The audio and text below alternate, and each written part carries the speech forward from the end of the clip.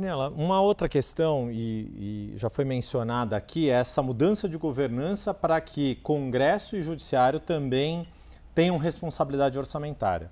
Só que talvez esta semana, as últimas semanas, seja um exemplo de que estão na direção oposta. O Congresso com pauta-bomba, sem condições de que elas deixem de ser aprovadas,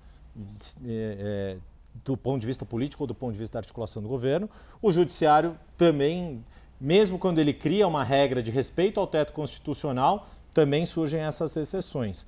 Na prática, como fazer então para que esses outros dois poderes de fato tenham esta responsabilidade orçamentária que o Executivo quer ter num eventual governo Flávio Bolsonaro?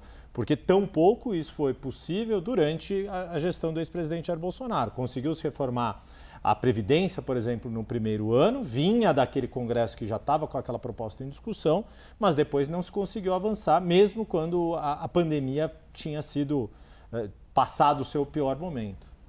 Não, mas aí, assim, a reforma, a gente botou uma iniciativa nova, né? Não usou, mas eu acho que o debate estava maduro, o que ajuda. Sim. Quando você tem uma consciência coletiva de algo que precisa ser endereçado, assim como existe uma consciência coletiva hoje que esse modelo econômico está colapsado.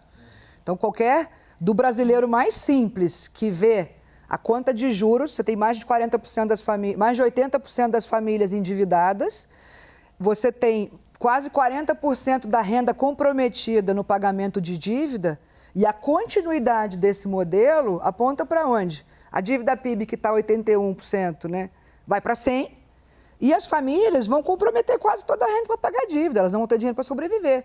Então, assim, existe um consenso de que esse modelo não é sustentável, e isso é uma crença econômica da esquerda e do PT. Eles acham que o Estado é o desenvolvimentista, e eles colapsaram as contas para isso, né? Então, o modelo está errado.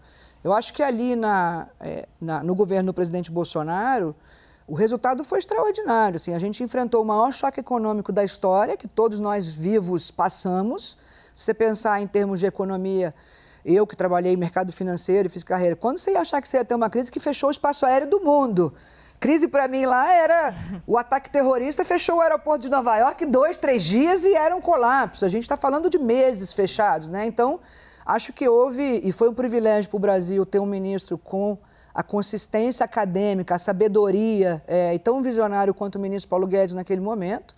Um presidente com ouvido no povo, tentando pegar ali o que era a necessidade ali, o que as pessoas estavam passando. E a despeito de ter passado 2 anos enfrentando essa pandemia, você entregou o país com as contas em dia e com uma série de reformas, além da Previdência, que foi marcos regulatórios de ferrovia, de cabotagem, lei da liberdade econômica, independência do Banco Central, que foi essencial agora, enquanto acabouço institucional para o país, o marco do saneamento, que gerou bilhões de reais em investimentos. Então, existe um legado inquestionável que, em parte, foi o que gerou base de sustentação para o crescimento da economia que a gente vê agora, né? Então, eu acho que, respondendo diretamente a sua pergunta, essa via é a via do diálogo. Então, assim, você tem que criar uma instância, um Conselho Superior da Governança Fiscal, trazer a instituição fiscal independente do Senado para produzir contas e gerar transparência nessa decisão orçamentária, porque o orçamento está tão carimbado que ninguém sabe onde está o dinheiro mais, Yuri. Né? Perdeu-se. E a tecnologia tem que estar aí para isso. O cidadão, ele podia estar vendo na palma da mão quanto é a fatura do cartão do presidente, quanto é a fatura do cartão da primeira-dama, quanto está indo para a saúde, para qual hospital. A tecnologia tem que estar a favor da transparência do Estado também, porque o Estado tem que prestar conta para a população. Então, eu vejo, e o ministro Paulo Guedes, isso é uma ideia dele, uma inspiração dele lá atrás, por situações práticas que a gente enfrentou, tentando ali cumprir o teto de gastos e desonera a folha, o Congresso derruba. Aí você fala, eu cumpro o teto ou você fica numa situação... Muitas vezes a gente ficou em situações que, se cumprisse um ordenamento do Supremo, você descumpria o teto.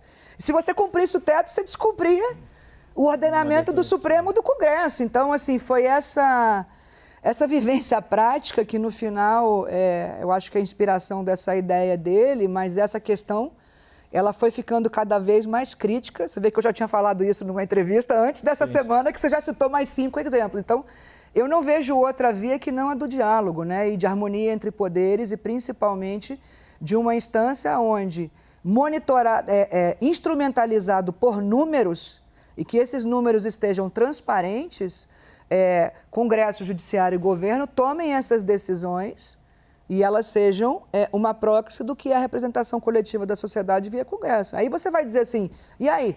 Temos um orçamento base zero, qual é a prioridade do país? Aí você vai chegar numa discussão se você corta A, B, desindexa, desvincula. Então eu acho que agora a gente tem... O buraco ficou tão fundo que essa medida ficou ultrapassada. Ela é o rabo do cachorro, né? E a gente tem que olhar para o cachorro agora.